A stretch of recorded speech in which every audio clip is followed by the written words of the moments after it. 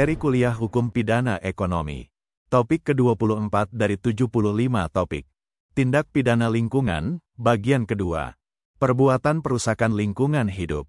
Perusakan lingkungan hidup perumusannya terdapat dalam pasal 1 angka 14 UP, yaitu tindakan yang menimbulkan perubahan langsung atau tidak langsung terhadap sifat fisik dan atau hayatinya yang mengakibatkan lingkungan hidup tidak berfungsi lagi dalam menunjang pembangunan berkelanjutan.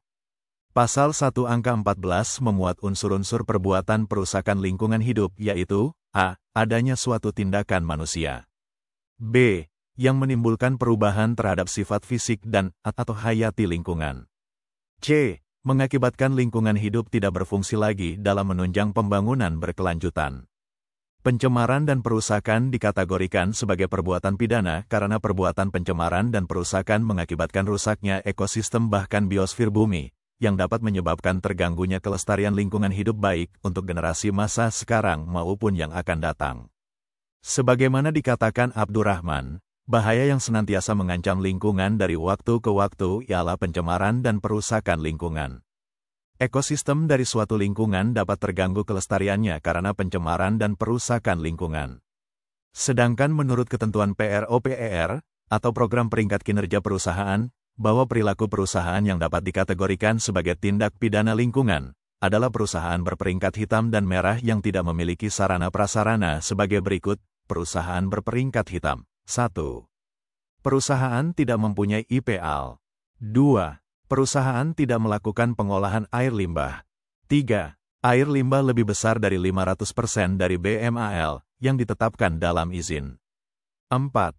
Perusahaan tidak mempunyai alat pengendalian pencemaran udara. 5. Perusahaan tidak melakukan pengendalian udara. 6.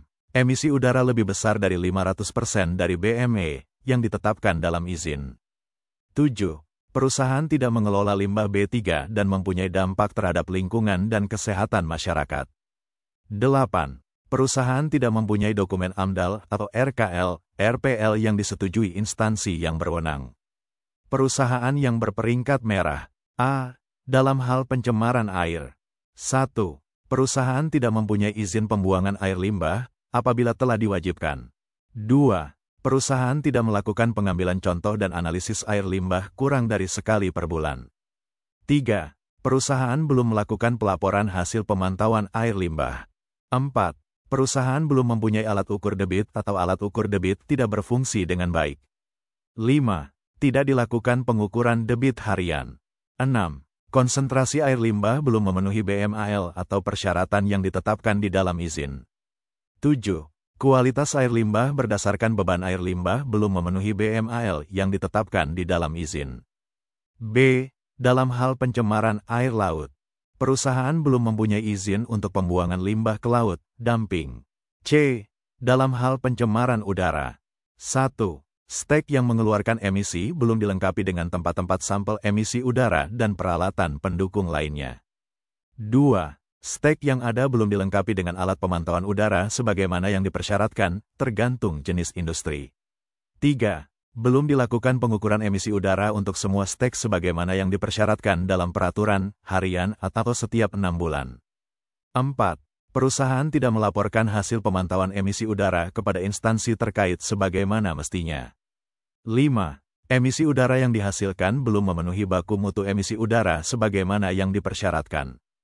D. Dalam hal pengelolaan limbah B3 atau limbah bahan beracun dan berbahaya. 1. Perusahaan tidak mempunyai semua izin pengelolaan limbah B3 yang dilakukan untuk semua aspek sebagaimana yang dipersyaratkan.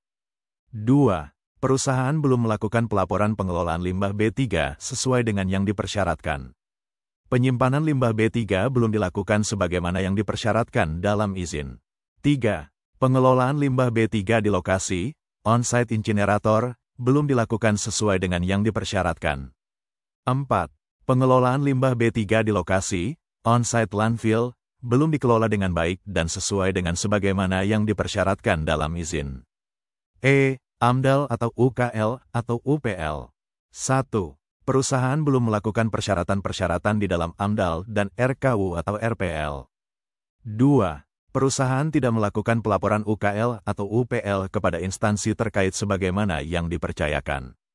Selanjutnya, untuk memperoleh penjelasan tentang pencemaran dan perusakan lingkungan hidup tidak dapat dilihat dari kacamata hukum saja, tetapi perlu ditentukan oleh ukuran ilmiah dari berbagai disiplin ilmu lain. Di samping itu perlu dibatasi bahwa lingkungan itu tercemar dan rusak atau tidak, sehingga perlu adanya baku mutu lingkungan. Baku mutu lingkungan adalah untuk menilai ambang batas yang menentukan bahwa lingkungan masih atau tidak berfungsi sesuai dengan peruntukannya, atau untuk menentukan bahwa lingkungan belum atau telah terjadi perubahan sifat fisik dan atau hayati lingkungan hidup. Menurut Andi Hamzah, dalam ruang lingkup yang paling luas, hukum lingkungan menyangkut hukum internasional, publik dan privat, dan hukum nasional. Termasuk hukum lingkungan internasional ialah perjanjian-perjanjian bilateral antar negara, perjanjian regional karena semuanya ini adalah sumber hukum yang supranasional.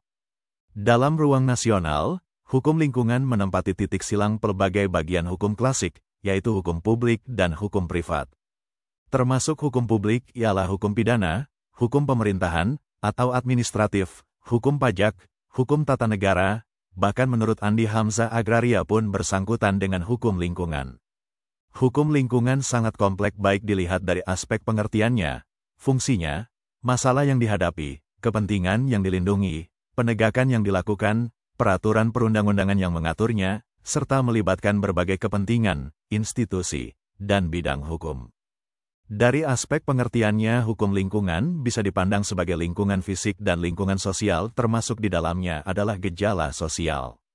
Dari sudut pandang lingkungan fisik, maka yang menjadi sorotan kajian adalah pencemaran, perusakan, pengurasan terhadap lingkungan dan sumber daya alam. Sedangkan dari aspek lingkungan sosial dan gejala sosial, maka yang menjadi konsentrasinya adalah menurut Ray Darville.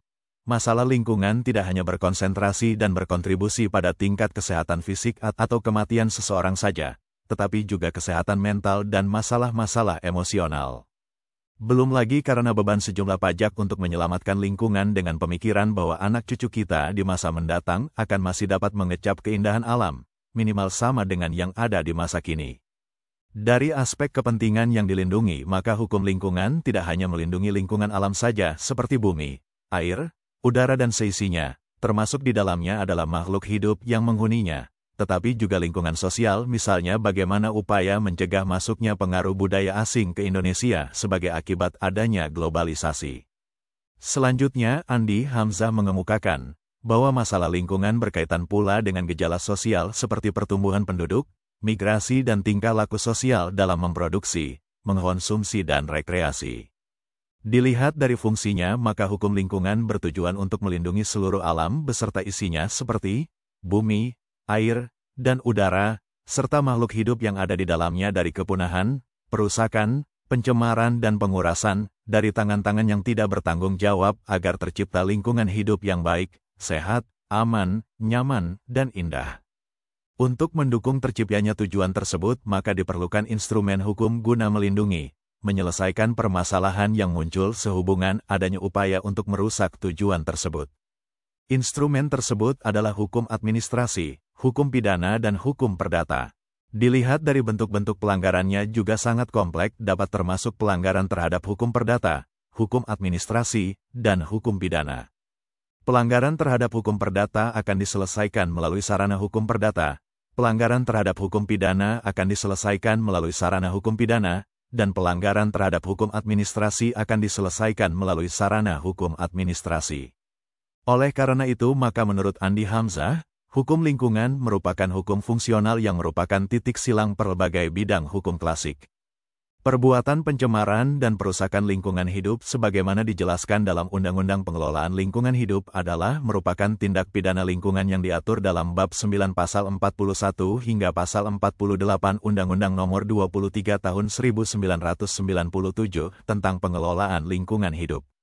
Selain itu, masih ada perbuatan pencemaran dan perusakan lingkungan yang diatur dalam tindak pidana khusus di luar KUHP dan di luar Undang-Undang Nomor 23 Tahun 1997 yang menimbulkan dampak negatif terhadap upaya pelestarian lingkungan hidup dan atau perlindungan kelestarian lingkungan hidup. Dengan demikian, maka yang dimaksud dengan tindak pidana lingkungan hidup tidak hanya terbatas pada tindak pidana lingkungan hidup yang diatur dalam Undang-Undang Nomor 23 Tahun 1997, tetapi juga termasuk beberapa tindak pidana yang mempunyai dampak terhadap lingkungan hidup yang diatur dalam A. Undang-Undang Nomor 11 Tahun 1974 tentang Pengairan, Pasal 15 Ayat 1, 2, dan 3. B. Undang-Undang Nomor 5 Tahun 1983 tentang Zona Ekonomi Eksklusif Indonesia, Pasal 16, Pasal 17, Pasal 18. C. Undang-Undang Nomor 5 Tahun 1984 tentang Perindustrian. D. Undang-Undang Nomor 9 Tahun 1985 tentang Perikanan, Pasal 25, Pasal 26, Pasal 27, Pasal 28, Pasal 29, Pasal 30. E. Undang-Undang Nomor 5 Tahun 1990 tentang Konservasi Sumber Daya Alam Hayati dan Ekosistemnya, Pasal 40 Ayat 1, 2, 3, 4, dan 5. F. Undang-Undang Nomor 41 Tahun 1999 tentang Kehutanan. G. Peraturan Pemerintah Nomor 22 Tahun 1982 tentang Tata Pengaturan Air. Dilihat dari ruang lingkup tindak pidana sebagaimana diatur oleh undang-undang tersebut di atas, maka dapat dilihat demikian banyak jenis, macam kriminalitas yang bersangkut paut dengan upaya pelestarian lingkungan hidup, dan atau perlindungan kelestarian lingkungan hidup, telah diatur secara rinci.